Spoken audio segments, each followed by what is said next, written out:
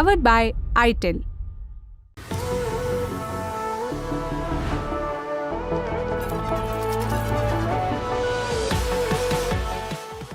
उस तरह से एक ऊंट के सारे बाल साफ कर दिए जाएं तो उसे 60% से ज़्यादा पसीना आएगा। सस्ते खुरदुरे पन्नों वाली किताबों में मिलने वाले ट्रिविया जैसी बातें हम क्यों बता रहे हैं? दरअसल इस कथन से हमें एक बहुत ही दिलचस्प सवाल का जवाब मिला। रुकिए, पहले भूमिका बांधते हैं हमेशा की तरह। अवशेषों की खुदाई से पता चलता है कि इंसान को धरती पर विचरण करते हुए लाखों साल हो चुके हैं। अब चूंकि पैदा हर कोई नंगा होता है, निर्वस्त्र होता है, इसलिए इन सालों में कोई ऐसा एक चरण आया ही होगा जब हमने निर्वस्त्र रहना छोड़, नंगे रहना छोड़, कपड़े पहनना शुरू किया होगा। शुरुआत में हम पेड़ों की छाल, जानवरों की खाल, पत्ते, बेल, लताएं ये सब पहना करते थे। लेकिन सवाल ये भी है कि हमने ऐसा किया क्यों और कब किया? क्या शर्म और लिहाज के चलते हमने अंग ढके या फिर वजह कुछ और थी? नमस्ते, मैं निखिल हूं और आप तारीख देख रहे हैं। इस अंक में आज जानेंगे इन्हीं सारे सवालों के जवाब जो हमने अभी आपसे पूछे। एक बकरी अपने जीवन काल में जितना मिमियाती है उससे ज्यादा मैं इंसान एक हफ्ते में कर देता है। मैं इसी दिलचस्पी के चलते अपने बारे में सब कुछ जानना है इस होमोसेपियन को। तो लाखों साल पहले हम खाते क्या थे, रहते कैसे थे? ये इंटरेस्टिंग सवाल हैं, लेकिन इनके जवाब मिलना थोड़ा मुश्किल है। क्यों? क्योंकि वक्त के साथ है मिट्टी का सफर सदियों से। खाना हो या कपड़े, वक्त के साथ सब मिट्टी में मिल जाते हैं। इसलिए लाखों तो छोड़िए, 5-10 हज़ार साल पहले भी हम क्या खाते थे या क्या पहनते थे, ये पता करने के लिए हमारे पास बस गिनती के प्रमाण हैं, और वो भी किस्मत से मिले। 1950 के दशक में वैज्ञानिकों को एक लाश मिली, 2600 साल पुरानी लाश, जिसे नाम दिया गया द टोलन मैन। ऐसे गड़े मुर्दे हमने पहले भी उखाड़े, लेकिन अक्सर ऐसे केसेस में सिर्फ हड्डियां मिली, जिनसे न ये पता लगता कि व्यक्ति क्या पहनता था, न ये पता चलता था कि क्या खाता था। टोलन मैन के केस में हालांकि किस्मत से पेट भी बचा मिला और दिमाग, गुर्दे जैसे अंग भी।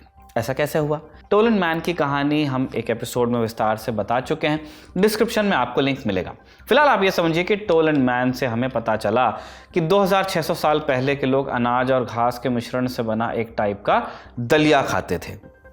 पुराने लोग पहनते क्या थे ये पता करना तो और मुश्किल है, लेकिन जैसा कि पहले बताया, कपड़ों के इतने पुराने अवशेष मिलना बहुत ही विरली घटना है। कपड़ों के मामले में सबसे पुराना अवशेष जो मिला है वो 5000 साल पुराना है। 1990 के दशक में मिली ओत्सी नाम की मम्मी से पता चलता है कि तब के लोग चमड़े के बेल्ट, चमड़े के जूते, टोपी वगैरह पहनते थे। ओत्सी की पूरी कहानी आपको भी डिस्क्रिप्शन में मिलेगी। अब मुख्य मुद्दे पर वापस लौटते हैं कि इंसान कैसे कपड़े पहनने लगा। सवाल यही है। इससे भी दिलचस्प सवाल लेकिन यह है कि इंसानों ने कपड़े पहनना शुरू कब किया और क्यों किया। अफ्रीका के मैदानों से हमने शुरुआत की और पूरी दुनिया में हम बसे। इस क्रम में हमने कपड़े पहनने की शुरुआत कब की, इस सवाल का जवाब ढूंढने के लिए वैज्ञानिकों ने सेकेंडरी एविडेंस से कुछ बातें पता लगाई हैं। मसलन आधुनिक सुई, यानी वो जिसके ऊपर धागा डालने के लिए छेद भी होता है, ये लगभग 40,000 साल पहले अस्तित्व में आ गई। इसलिए वैज्ञानिक मानते हैं कि पेचीदा सिलाई की प्रक्रिया संभवतः इसी समय शुरू हुई होगी। हालांकि कपड़े पहनने की शुरुआत इससे पहले ही हो गई थी। ये दावा किस आधार पर हम कर रहे हैं? बालों के आधार पर। हम देखते हैं कि लगभग सभी प्राइमेट्स, गोरिल्ला, चिंपैंजी वगैरह के शरीर में ढेरों बाल होते हैं जो उन्हें ठंड से बचाते हैं, लेकिन हमारे शरीर पर बालों की ऐसी घनी परत नहीं होती। बाल होते हैं पर इतने घने नहीं। चूंकि ये प्राइमेट्स हमारे ही रिश्तेदार हैं, इसलिए विकास के क्रम में लाखों साल पहले एक मौका आया होगा जब हमारे शरीर से बाल गायब हुए होंगे। बाल गायब क्यों हुए? कुछ थेरीज हैं, जिनमें सबसे प्रमुख है सवाना हाइपोथेसिस। ये थ्योरी क्या कहती है? लगभग 50 लाख साल पहले हमारे पूर्वज चौपाए से दोपाए में तब्दील हुए। 20 लाख साल पहले होमो इरेक्टस प्रजाति की शुरुआत हुई। ये हम जो होमोसेपियंस हैं, इनके पूर्वज थे जो अफ्रीका के मैदानों में शिकार करते थे। सवाना हाइपोथेसिस के अनुसार देर तक भागने के चलते शरीर की गर्मी इतनी बढ़ जाती है कि गर्मी को बाहर निकालने की प्रक्रिया में ही हमें पसीना आने लगता है। लेकिन होमो इरेक्टस के ढेर सारे बालों के चलते पसीना आने में दिक्कत होती थी। इसी मुश्किल के चलते आगे हम इस तरह इवॉल्व होने लगे कि बाल कम ही होते गए ताकि पसीना निकलने में आसानी हो। उस तरह से अगर आप एक ऊँट के सारे बाल साफ कर दें तो 60% ज़्यादा पसीना आएगा। अभी हमने थोड़ी देर पहले बताया। 1960 के दशक में इस तरह के एक शोध से बात साबित भी हुई, बल मिला सवाना हाइपोथेसिस को। बहरहाल सवाना हाइपोथेसिस के अलावा बालों के गायब होने की कई और थ्योरीज भी हैं, लेकिन इतना पक्का है कि विकास के क्रम में कई लाख साल पहले हमारे बाल गायब हुए। इससे हमें पसीना आने में दिक्कत भी हुई, लेकिन एक घाटा भी हुआ। लगभग 25 लाख साल पहले आइस एज की शुरुआत हुई, मौसम ठंडा होता चला गया और हमारे पास बालों की सुरक्षा तो बची नहीं। इसके बावजूद हमारे पूर्वज अफ्रीका से निकले और पूरी दुनिया में फैले। आग हमारे काम आई, लेकिन बहुत संभव है कि इस यात्रा में कहीं बीच में हमने कपड़े पहनने भी शुरू किए रेगुलरली। कब हुआ ऐसा और हमने पहली बार तन ढकना कब शुरू किया? जैसा हमने पहले बताया, अवशेषों से यह जानकारी मिलना मुश्किल है, इसलिए वैज्ञानिकों ने दूसरे तरीकों से इस सवाल का जवाब ढूंढने की कोशिश की है और इस काम में हमारी मदद की है एक छोटे से जीव ने, जो कि हमारा खून पीता है।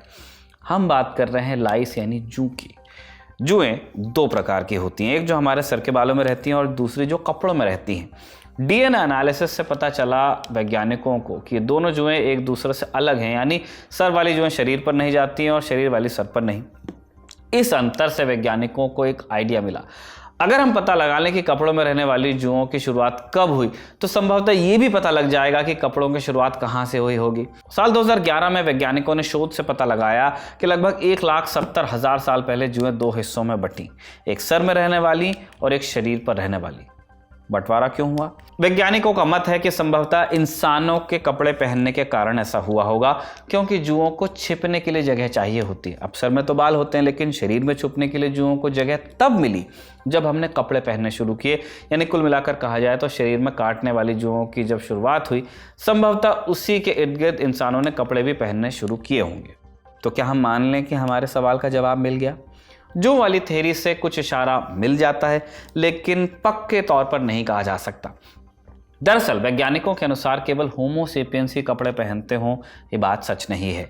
चीन और स्पेन में मिली गुफाओं में शोधकर्ताओं को 8 लाख साल पुराने पत्थर के बने कुछ औजार मिले। इन औजारों का इस्तेमाल जानवरों की खाल छीलने के लिए होता था। इनसे पता चलता है कि हमारे पूर्वज यानी होमो इरेक्टस भी चमड़े का इस्तेमाल करते थे। हो सकता है चमड़े का इस्तेमाल कपड़ों के तौर पर किया जाता हो, लेकिन पक्का नहीं कहा जा सकता।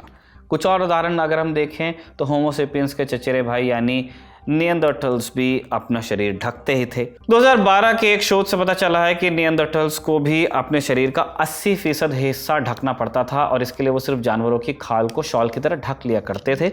इससे उन्हें ठंड से कुछ राहत मिल जाती थी, लेकिन फिर भी कपड़ों से हम आज जो आशय लगाते हैं, उनकी शुरुआत कब हुई, गुत्थी अभी भी अनसॉल्व्ड है। द अटलांटिक मैगजीन के एक लेख में सारा झांग लिखती हैं कि शुरुआती पहनावे की तुलना कपड़ों से नहीं की जा सकती, क्योंकि कपड़े ठंड को रोकने के लिए होते हैं, जबकि प्राचीन कपड़े बहुत ज़्यादा ठंड में मदद नहीं कर सकते थे। नियंदरथल्स इसी कारण बहुत आगे नहीं बढ़ पाए, जबकि होमो सेपियंस बहुत तेज़ी से फैले। विकास की स्पीड में गेम चेंजर साबित हुआ एक छोटा सा हथियार जिसे हम सुई कहते हैं। पता नहीं वो कौन सा पहला मनुष्य था जिसके दिमाग में सुई के ऊपर यानी एक औजार के ऊपर छेद बनाकर धागा निकालने का आइडिया आया हो, लेकिन किसी ने तो यह आविष्कार किया। होमो सेपियन ही रहा होगा, क्योंकि नियंदरथल्स के अवशेषों में सुई जैसा कोई औजार नहीं मिला। अब तक मालूम जानकारी के हिसाब से लगभग 40,000 साल पहले सुई का आविष्कार हुआ और हमने ऐसे कपड़े बनाना शुरू किया जो शरीर में चुस्ती से फिट भी हों। हवा उनके अंदर नहीं जा सकती थी, जिसका मतलब ठंड का मौसम भी इंसान झेल सकता था, उसमें ट्रैवल कर सकता था, काम कर सकता था। कपड़ों की उपयोगिता लगभग 10,000 साल पहले तक बनी रही, लेकिन उसके बाद चीज़ें बदल गई। लगभग 10,000 साल पहले आइस एज के ख़त्म होने के साथ ही कपड़ों के इस्तेमाल में भी चेंज आया। पहले कपड़ों का इस्तेमाल सिर्फ ठंड से बचने के लिए होता था, लेकिन गर्मी बढ़ने के बाद इनका सामाजिक महत्व भी बदला। गर्म कपड़ों के बजाय इंसान ने हल्के फैब्रिक का इस्तेमाल किया और इसी के साथ शुरुआत हुई उन कपड़ों की जिन्हें आज हम कपड़े कहते हैं, मसलन कपास, रेशम वगैरह, जिनसे कपड़े बनाने के लिए बुनाई की ज़रूरत पड़ती है। संभवतः इसी ज़रूरत के चलते कपास वगैरह की खेती शुरू हुई और आगे जैसे जैसे इंसानी सभ्यता विकसित हुई, कपड़ों का रोल बढ़ा ही और ये यात्रा वर्तमान तक पहुंच गई, जहां कपड़ा महज तन ढकने की वस्तु नहीं, हमारी आपकी सामाजिक स्थिति, हमारे व्यवसाय और हर चीज़ का एक सिंबल बन गया है। इसी के साथ आज का एपिसोड यहीं पर ख़त्म करते हैं। इसे कमल ने लिखा और विजय ने रिकॉर्ड किया। आप देखते रहिए दी लल्लन टॉक।